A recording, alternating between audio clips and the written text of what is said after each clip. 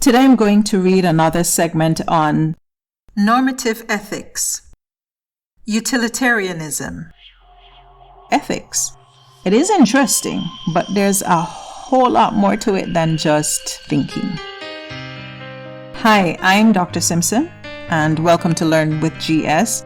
This channel is geared towards educating persons who are interested in introductory college courses and advanced placement high school courses through reading textbooks. So, classes have started. Let's continue reading on ethics. Some things appear to be straightforwardly good for people. Winning the lottery, marrying your true love, or securing a desired set of qualifications all seem to be examples of events that improve a person's life. As a normative ethical theory, utilitarianism suggests that we can decide what is morally right or morally wrong by weighing up which of our future possible actions promote such goodness in our lives and the lives of people more generally. Hedonism.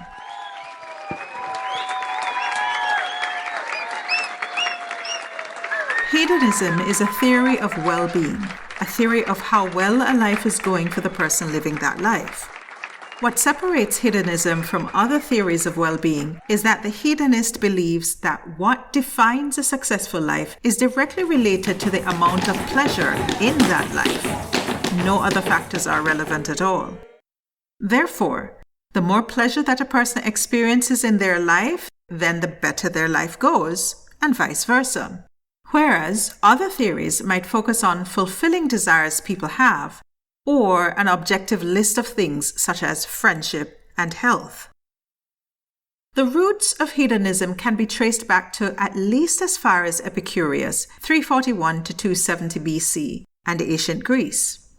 Epicurus held the hedonistic view that the primary intrinsic good for a person is pleasure, meaning that pleasure is always good for a person in and of itself, irrespective of the cause or context of the pleasure.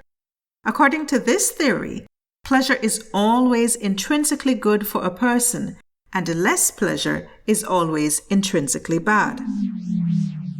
Hedonism is a relatively simple theory of what makes your life better.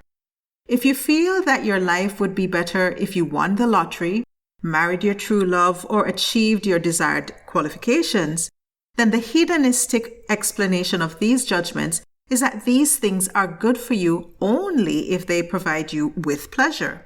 Many pleasures may be physical, but Fred Feldman, born 1941, is a defender of a theory known as attitudinal hedonism.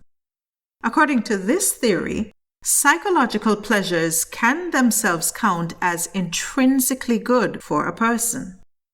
So, while reading a book would not seem to produce pleasure in a physical way, a hedonist may value the psychological pleasure associated with that act of reading and thus accept that it can improve a person's well-being.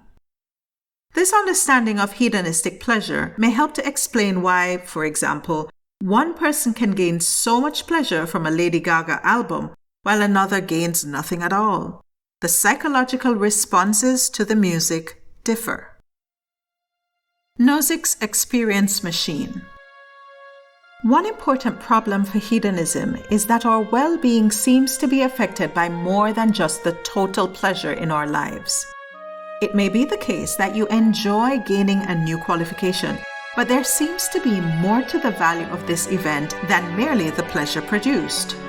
Many people agree that success in gaining a meaningful qualification improves your life even if no pleasure is obtained from it. Certainly, many believe that the relationship between what improves your life and what gives pleasure is not directly proportional, as the hedonist would claim.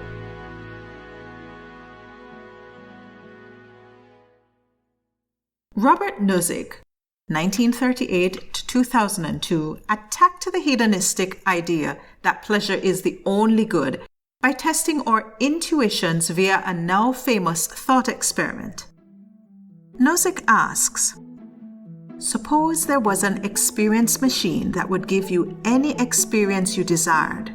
Super duper neuropsychologists could stimulate your brain so that you would think and feel you were writing a great novel, or making a friend, or reading an interesting book.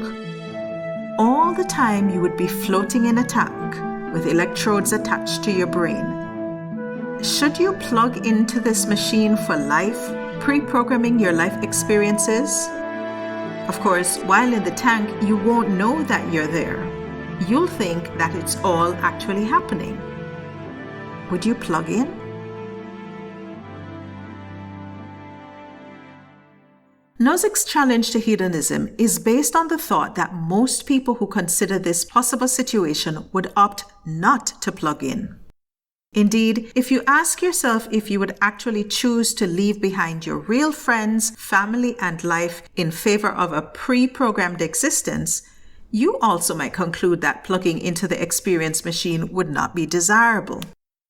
However, if hedonism is correct and our well-being is determined entirely by the amount of pleasure that we experience, then Nozick wonders, what else can matter to us other than how our life feels from the inside?